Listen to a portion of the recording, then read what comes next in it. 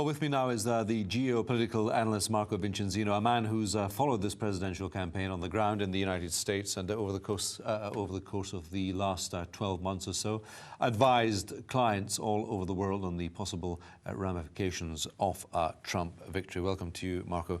I mean, do you understand how someone who mocked the disabled, bragged about sexually assaulting women, all this misogyny, the racism, the anti-Semitism that he embraced, how could he possibly be embraced by the American people?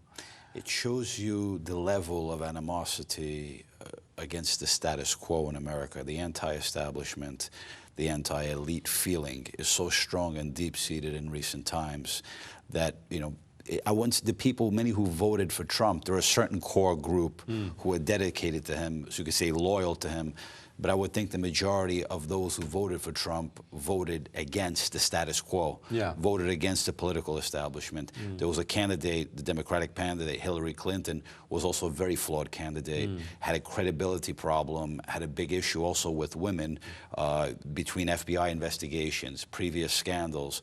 There was a trust factor, there was a trust gap with Hillary Clinton. So if you combine these factors all together, one can reach the understanding that deep down in the grassroots, there was a strong feeling against the system. He represented the vote against the system. She represented a vote for continuity and the status quo. It very much looks like a clear and rather profound division in the United States just now. I mean, could one describe it as a working class against the elite? Is it as stark as that, or is that too simple? I think it would be more, it's more in terms of region also, but to many educate this whole thing that just white, people with no government, no university degree voted for him.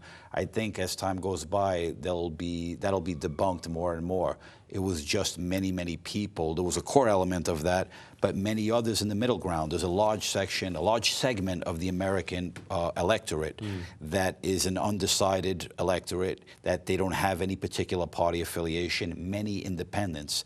I would say he took a lot of that independent vote. Once again, being a vote against the status quo, being a vote against the system. Did you probably heard, obviously, a little bit earlier, his speech. I would say probably written by a speechwriter, but he was saying there that he'd heal a nation boiling with rage, but he was the person who was mostly boiling with rage throughout the entire campaign. He was stirring the hornet's nest. I think he's a person who sees, who understands the pulse of the masses very well. And what he saw is there was a certain void in American politics. And that void, he filled it very effectively. He became a spokesman for many what we consider disenfranchised elements of American society. They felt, excluded socially, excluded politically, excluded economically, and even to a large extent, even excluded culturally. He was able to spot that. He effectively tapped into it. And that's what ultimately I think is that even when he confounded the pollsters, he understood something about the American public and about that public pulse, that general sort of feeling in the American public that many others within the political establishment are detached from. Because I spent a lot of time, I spent several years living in Washington, and one thing I noticed is that in Washington, there was a disconnect between those within the political establishment, you call the Beltway, the 495 ring road around Washington, D.C., and those outside. And as time went by, it was growing more and more disconnected. When I left Washington some years ago, I had reached the conclusion that this cannot go on as business as usual. At some point, there's going to be a break, and the Beltway bubble would burst. And then this election cycle, and with President-elect Trump, he was able to exploit that very skillfully, and the Beltway bubble has burst. Well, what about one of the main mantras of the Republican campaign, or at least the Trump campaign, was "lock her up," in reference to Hillary Clinton? I mean, is that off the table now? Will he go for that? First, he's got to appoint a cabinet, and within that cabinet, there'll be an attorney general. And an attorney general will make a decision whether at that stage to pursue further the investigation against her. We don't know everything about that investigation. There's a possibility that there's more to it. They may appoint a special prosecutor.